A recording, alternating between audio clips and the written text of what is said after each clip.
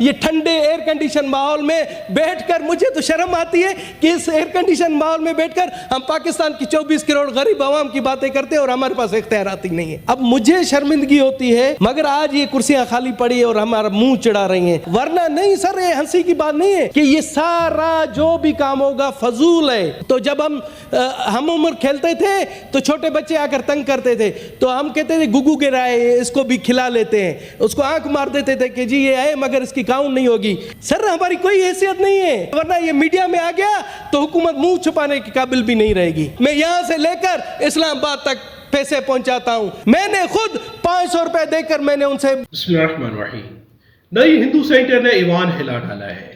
سامنے بیٹھے تمام مسلمان سینٹرز منہ دیکھتے رہ گئے. یوسف رضا گیلانی نے مسکرانے کی کوشش کی تو انہیں بھی کھری کھری سنا دی. ایسی سپیچ کی ہے کہ تمام اپنے گریبانوں میں جھانکنے لگ گئے. یہ ویڈیو جو ہم سب کو شرم دلانے کے لیے کافی ہے. ویڈیو شروع سے آخر تک ضرور دیکھیے گا اور کمنٹس میں اپنی رائے کا اظہار بھی ضرور کیجیے گا. جس طرح سے گیلانی صاحب آپ نے, چیئرمین صاحب آپ نے کہا, اب مجھے شرمندگی ہوتی ہے کہ آپ جب وزیر اعظم تھے بقول آپ کے, یا ہم نے بھی دیکھا تھا کہ آپ منسٹروں کے جوابات خود بحیثیت وزیر اعظم آپ دیتے تھے, مگر آج یہ کرسیاں خالی پڑی اور ہمارا منہ چڑھا رہی ہیں. سر یہ آج آپ نے رولنگ دینی ہے.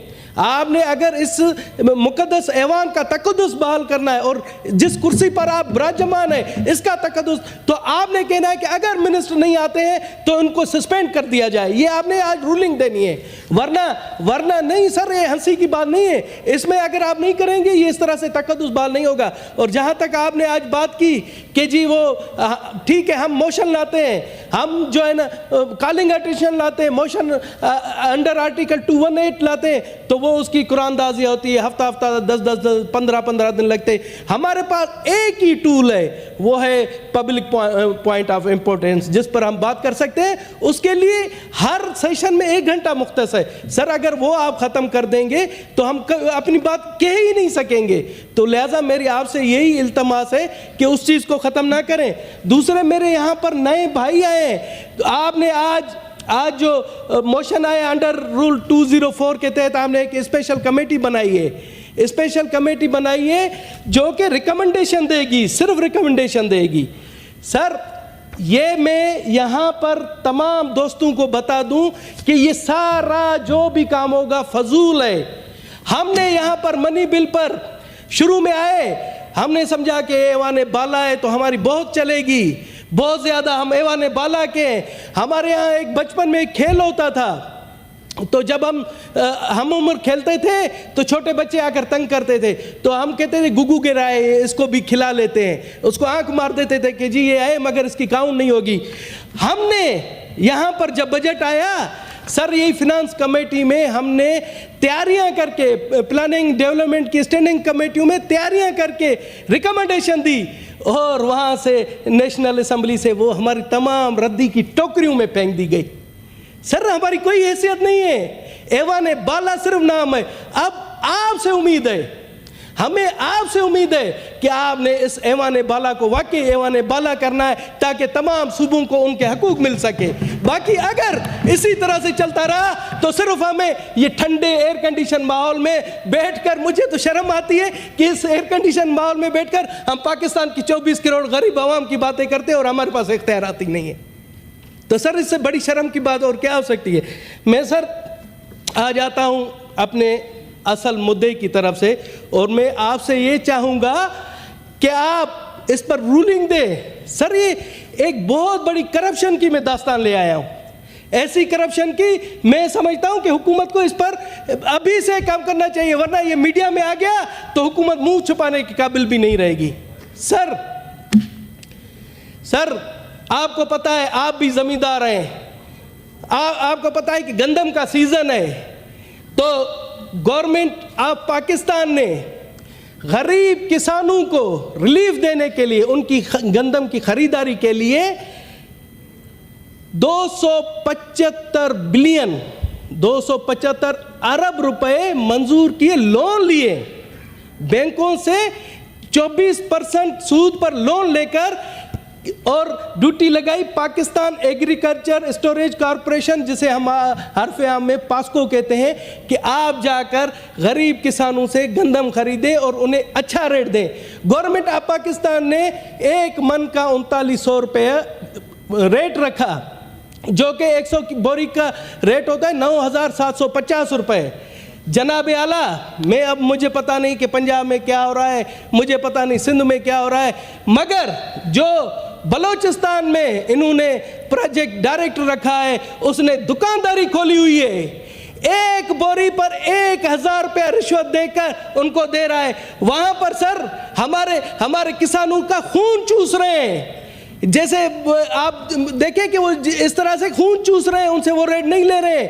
وہاں ان سے 3200 روپے کا لے رہے ہیں, وہاں ایجنٹ کھڑے کیے ہوئے ہیں 3200 روپے کا لے کر, اور گورنمنٹ کو 3900 روپے کا دے رہے ہیں. سر اربوں روپے کی وہاں کرپشن ہو رہی ہے, اور وہاں کا پروجیکٹ ڈائریکٹر بولتا ہے کہ جی میں کیا کروں, میں یہاں سے لے کر اسلام آباد تک پیسے پہنچاتا ہوں. سر میں نے خود 500 روپے دے کر میں نے ان سے بوریاں لی ہیں کہ جی مجھے دیں. سر اس پر آپ رولنگ دیں.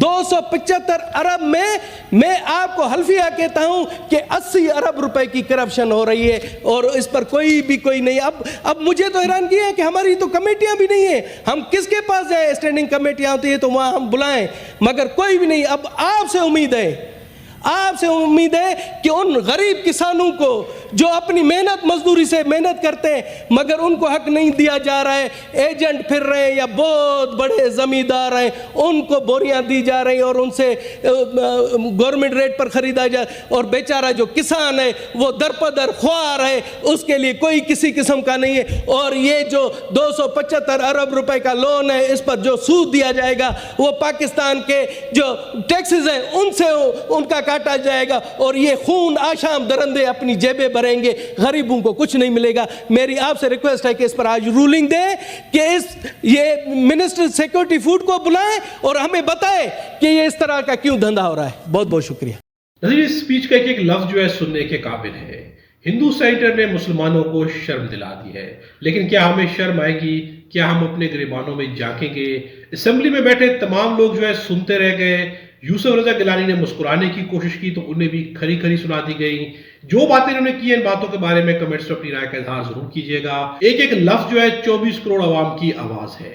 پاکستان میں جو ہے یہی سب کچھ ہو رہا ہے. سینٹر نے بہت ہی زبردست مثال دی ہے کہ بچپن میں جب ہم کھیل کھیلا کرتے تھے تو چھوٹے بچے جب آتے تو ہم کہتے تھے کہ ان کو کھلا تو دیں گے لیکن ان کی کاؤنٹ نہیں ہوگی. اس وقت ایوان بالا کے اندر بیٹھے لوگوں کے ساتھ بھی یہی کھیل کھیلا جا رہا ہے. جو طاقتور ہیں انہوں نے اسمبلیاں بھی بنا دی ہیں, ایوانوں میں لوگ پہنچ بھی گئے ہیں, گفتگو شریک بھی ہو رہی ہے, بحث بھی ہو رہی ہے, باتیں بھی ہو رہی ہے, لیکن ان لوگوں کے پاس جو ہے کوئی بھی اختیار نہیں ہے. یہ بات بہت ہی زبردست ہے کہ اسمبلی کے اندر ہم بیٹھے ہوئے ہیں, ایوان بالا کے اندر بیٹھے, لیکن کیا یہ ایوان بالا جو ہے واقعی بالا یا ہمارے پاس اختیار ہے؟ مجھے شرم آتی ہے کہ ایئر کنڈیشن ماحول میں بیٹھ کے میں 24 کروڑ عوام کی, غریب عوام کی بات کرتا ہوں, لیکن میرے پاس اختیار ہی نہیں ہے. کتنے افسوس کی بات ہے کہ اربوں روپے لگا کے الیکشن ہوا, عوام نے مینڈیٹ دیا, عوام کے مینڈیٹ کو چوری کر کے ایسے لوگوں کو اقتدار سونپ دیا گیا جو اقتدار کے قابل ہی نہیں تھے, جنہیں عوام نے سلیکٹ ہی نہیں کیا تھا. اور ایوان میں بٹھانے کے بعد جو ہے ان کے پاس کوئی اختیار ہی نہیں ہے کہ وہ عوام کے فیصلے کر سکیں. اس طرح سے ایوان کیسے چلیں گے؟ اس طرح سے ہمارا ملک جو ہے بہتر کیسے ہوگا؟ کیا یہی سب کچھ چلتا رہے گا اور ہم آنکھیں بند کر کے دیکھتے رہیں گے؟ اسمبلی کے اندر یہ سپیچ جو ہے اپنا حق ادا کرتی ہے. دانش کمار نے جو بھی گفتگو کی ہے, یہ گفتگو جو ہے سننے کے قابل بھی ہے, اور سامنے بیٹھے جتنے بھی لوگ ہیں یا ایوان میں بیٹھے جتنے بھی لوگ ہیں, ان تمام کو اپنے گریبان میں ضرور جاگنا چاہیے کہ ایسا کب تک چلے گا. جب تک کوئی بھی قوم خود جاگنے کی کوشش نہیں کرتی تب تک اس کے حالات یا تقدیر نہیں بدلتی. ہمیں اپنے حالات یا تقدیر کو بدلنے کے لیے خود جاگنا ہوتا ہے. لیکن افسوس کی بات یہ ہے کہ ہم سب سو رہے ہیں اور ہم چاہتے ہیں کہ سوتے سوتے ہمارا مقدر بدل جائے, تو ایسا ممکن نہیں ہے. جب تک آواز بلند نہیں کی جائے گی, جب تک اپنا حق مانگا نہیں جائے گا, تو حق جو ہے ملنے والا نہیں ہے.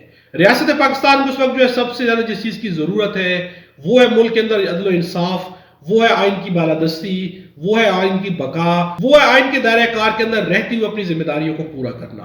چاہے عوام ہو, چاہے پولیٹیشینز ہوں, چاہے اس ریاست کے ادارے ہوں, تمام جو اپنی آئینی حدود کے اندر رہتی ہوئے اپنی ذمہ داریوں کو پورا کریں گے اور ذمہ داریاں لیں گے تو پاکستان کی تقدیر بھی بدل جائے گی, پاکستان کی ریاست جو ہے مضبوط ریاست بھی بن جائے گی, اور ہم تمام لوگوں کے خواب جو ہے وہ بھی پورے ہو جائیں گے. اس اسپیچ کے بارے میں اپنی رائے کا اظہار جو ہے کمنٹس میں ضرور کیجیے گا. خدا ہم سب کو اور ہمارے وطن پاکستان کو اپنی زبان میں رکھے.